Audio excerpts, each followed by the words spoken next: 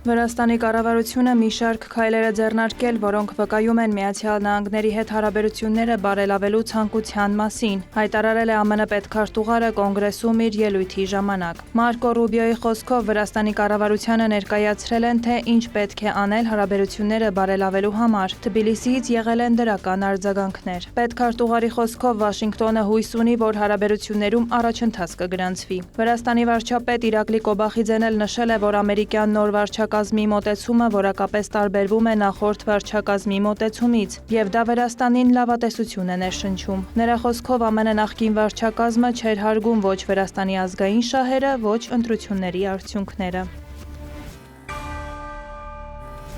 Համաշխարհային բանկը հավանություն է տվել միջին միջանցքի զարգացման համար Վրաստանին $372 միլիոն վարկի տրամադրմանը։ Որոշումը կայացվել է Անդրկասպյան միջազգային տրանսպորտային երթուղու շրջանակներում երկաթուղիների եւ ավտոմոբիլային ճանապարհների արդիականացման համար, որը միացնում է Եվրոպան եւ Ասիան շրջանցելով Ռուսաստանը։ Անդրկասպյան տրանսպորտային միջանցք նախագծի ընդհանուր արժեքը գերազանցում է $750 միլիոն։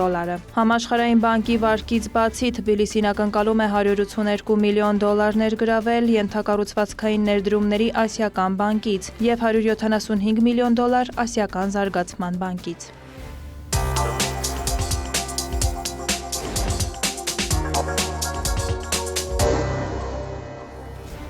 Իրանի շուրջ ճգնաժամը, որը սկսվել է փետրվարի 28-ին եւ մինչ օրս չի կարգավորվել, եւս մեկ անգամ հաստատում է Թուրքիայի առանցքային դերը էներգառեսուրսների գլոբալ մատակարարումների ապահովման գործում, հայտարարել է Ռեջեփ Էրդողանը։ Նրա խոսքով, եթե մի քանի ամիս առաջ սպասվում էր համաշխարհային տնտեսության վերականգնում, ապա Հորմուզի ճգնաժամի ձգձգման պատճառով այսօր շատ երկրներ պատրաստվում են ռեցեսիայի։ Էրդողանի խոսքով Թուրքիան մեծ նշանակություն է տալիս էներգիայի աղբյուրների դիվերսիֆիկացմանը,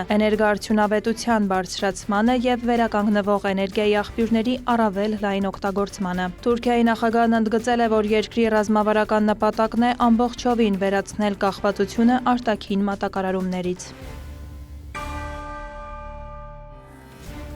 Թուրքիայի փոխնախագահ Ջևդեթ Ելմազը ժամանել է Աշխաբադ հանդիպել Թուրքմենստանում աշխատող թուրք գործարարների եւ ներդրողների հետ, իսկ ավելի ուշ Թուրքմենստանի նախագահ Սերդար Բերդիմուհամեդովի եւ ազգային առաջնորդ Գուրբանգուլի Բերդիմուհամեդովի հետ։ Բանակցությունների օրակարգում են եղել երկկողմ ապրանքաշրջանառությունը, ներդրումային նոր հնարավորությունները։ Ելմազը հայտարարել է, որ Անկարան մտադիր է Աշխաբադի հետ երկկողմ ապրանքաշրջանառությունը հասցնել $5 միլիարդ ԱՄՆ։ Թուրքիայի փոխնախագահը նաեւ հայտարարել է Թուրքմենստանի հետ համագործակցությունն ընդլայնելու վճռականության մասին։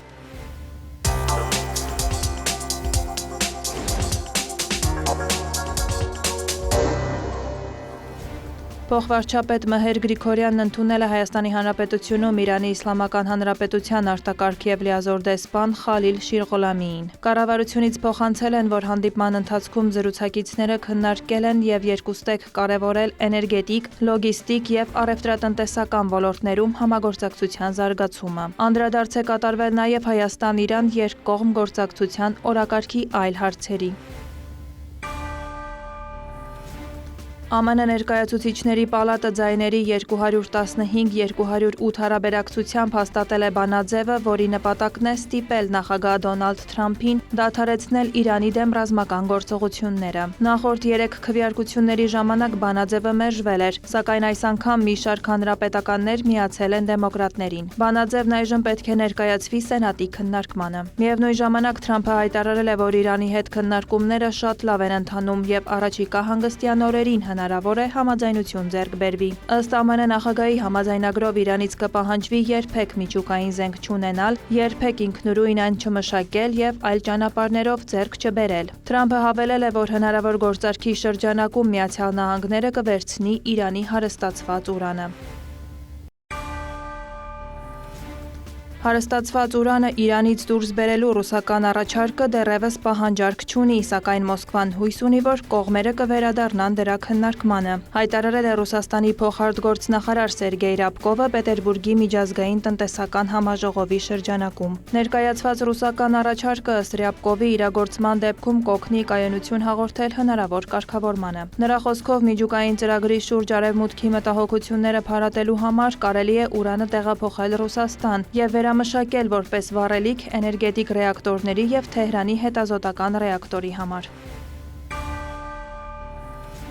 Իրանը հերքել է հունիսի 3-ին Քուվեյթի օդանավակայանին հարվածը, որի հետևանքով զոհվել է 1 մարդ, մի քանիսը վիրավորվել։ Իսլամական հեղափոխության պահապանների կորպուսը նշել է, որ օդանավակայանին հարվածը տեղի է ունեցել ամերիկյան Պատրիոտ համակարգի խափանման պատճառով։ Ավելի վաղ ԱՄՆ կենտրոնական հրամանատարությունը մեղադրել էր իրանական ուժերին Քուվեյթի և Բահրեյնի ուղղությամբ հրթիռներ արձակելու համար, նշելով, որ ի պատասխան հարված են հասցրել Ղեժմ կղզում Իրանից համակային հսկողության օբյեկտի։ Հաղորդվել է, որ Քուվեյթի միջազգային օդանավակայանը դադարեցրել է աշխատանքը։ Այս ֆոնին Քուվեյթը կրճատել է Իրանի դեսպանության աշխատակիցների թիվը և անցանկալի անձ ճանաչել դիվանագիտական առաքելության 2 անդամի։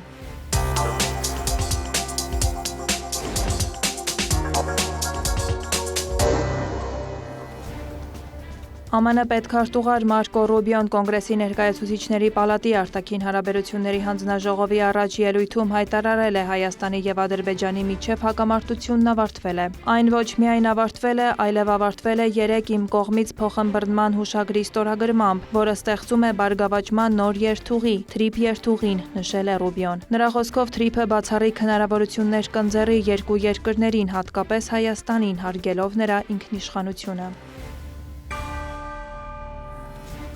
Ռուսաստանի նախագահի հատուկ ներկայացուցիչ Բորիս Տիտովը հայտարարել է, որ Ռուսաստանը հայկական գյուղատնտեսական արտադրանքը կփոխարինի ադրբեջանականով։ Նման հեռանկարը կապված է ադրբեջանցի մատակարարների հնարավորությունների հետ։ Տիտովն ընդգծել է, որ Ադրբեջանը կարող է ռուսական շուկային զգալիորեն ավելի շատ գյուղմթերք առաջարկել, քան Հայաստանը։ Ավելի վաղ ռուսական վերահսկող մարմինները սահմանափակումներ էին կիրառել Հայաստանից բանջարեղենի, մրգերի, չրերի և այլ մթերքների ներմուծման համար։